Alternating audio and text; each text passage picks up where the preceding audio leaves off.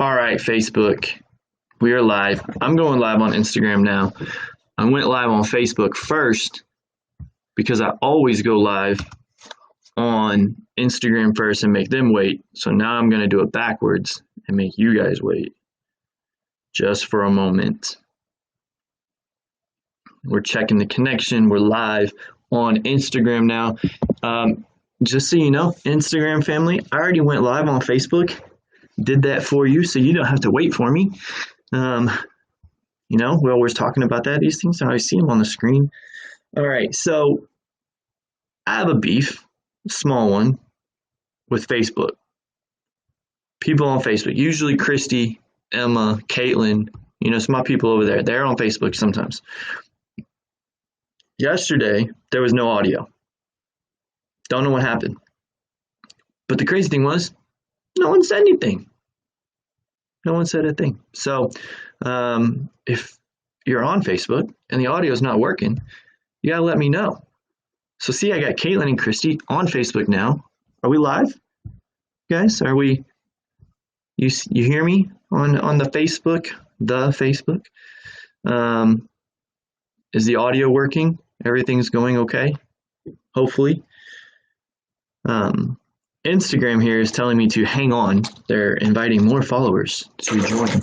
Anna joined, so let's wave at Anna. Hi. So Caitlin, Christy, you guys are on. I see you guys on. Can you hear me?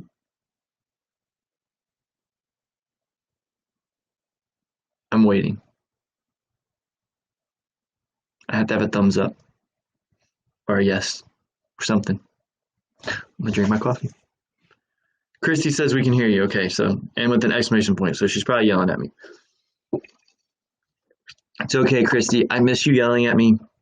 You yell at me all the time. So, I miss it sometimes. So, I'm just giving you an opportunity. Work. She's saying she's on work. So, update, just in case you guys see it. I decided to put a screw through my finger yesterday. It's not that bad. This bandage is crazy. It's just really sore. It's like a big bruise right now. So I don't know. I'm gonna try not to do that today. It was okay though. It's not that big of a deal. All right. So I am super excited to be live again with you. I know there's a lot of you that watch this later, and I get that. That's awesome. Colossians 3:16 is where I want to talk to you this morning from, and it's a good one because it's a good reminder to, let's just read. Let the word of Christ dwell in you richly. Let the word of Christ dwell in you richly, teaching and admonishing one another. The rest of the verse, that's only part of it, but the rest of the verse, it says this. Let the word of Christ dwell in you richly, teaching and admonishing one another in all wisdom, singing psalms and hymns and spiritual songs and thankfulness in your hearts to God. So we want to let the word of Christ dwell in us. We want to be able to know the word of Christ. Hi, Ashlyn. How are you doing? My Instagram follower there. So, no, I love it. So let the word of Christ dwell in you richly. It's so important to have the word of Christ in us and just be around it and be surrounded by it. And it's very important to have that done. The reason it is so that we can teach and admonish one another. It's an important aspect of Christianity, and I think it's one that we shy away from in our daily walk, our daily conversation with people. Yes, I can teach and admonish Christy, Anna, different times that they're teaching. It's okay. Yeah, we're going to come to a class and we're going to teach and we're going to tell you what you're doing wrong or maybe, how to do something properly. But what this is saying is that this is putting on to everybody on a normal daily life. This is what we are supposed to do. We are supposed to teach and admonish one another. Now, it is hard to tell somebody that they're doing something wrong. It's challenging to go to somebody and say, hey, I don't think you should do it that way. And not in an argumentative sense, right? We're not talking about being hateful and being spiteful and trying to just be, rude. That's not what we're talking about. what we're talking about is having a conversation with somebody and saying, hey, I noticed you're doing this. And I don't think it's the best. I don't think it's the right way to do it, and pointing them to scripture and saying, I was reading this, or I noticed this and I've seen this in scripture, that this is the way we're supposed to do things. And I don't see you doing that. And so that is the method that we are supposed to be doing. That's what what Paul is telling the people here in the church, is that we are supposed to be having relationships like that. Now, what happens when we don't, right?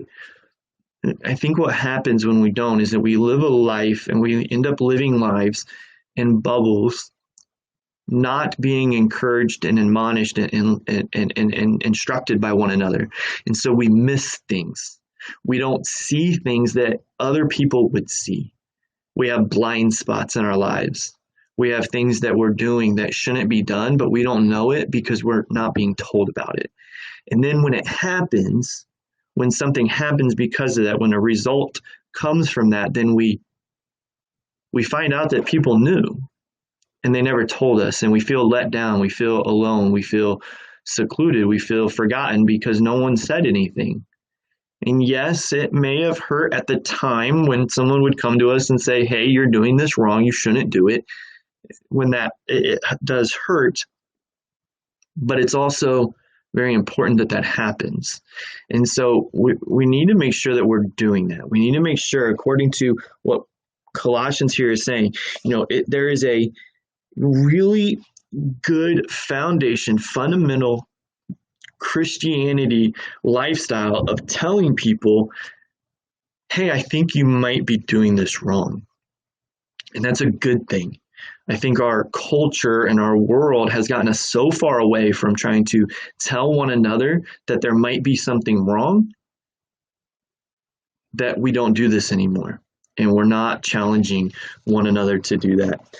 Colossians 3, the first at least 17 verses there, is talking about how to put on our new self and what to do now that we are a Christian. And so I challenge you, my challenge to you this morning, go read Colossians 3, 1 through 17, and learning what Paul is telling us we should be doing because we are Christians, because we are living this lifestyle. And so I would challenge you to do that. And I would challenge you to be okay with working through an issue with your friends, working through something with a family member or a coworker or someone at school, one of your peers, that's saying, hey, you call yourself a Christian, you try to walk this way.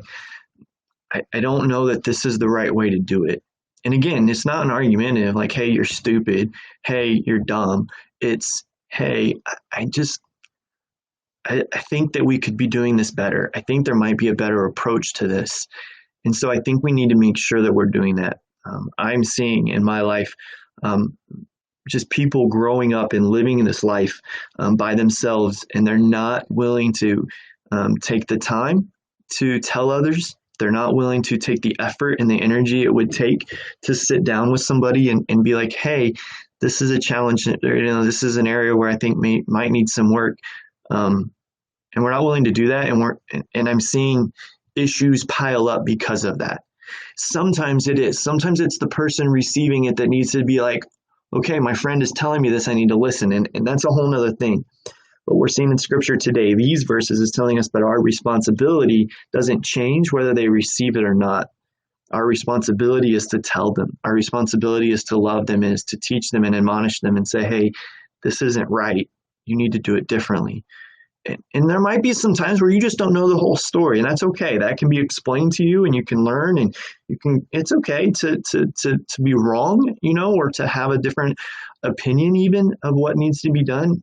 But with the instruction here, what the scripture is telling us to do is that we need to be teaching and admonishing one another. But we're only going to do that properly if we let the word of Christ dwell in us.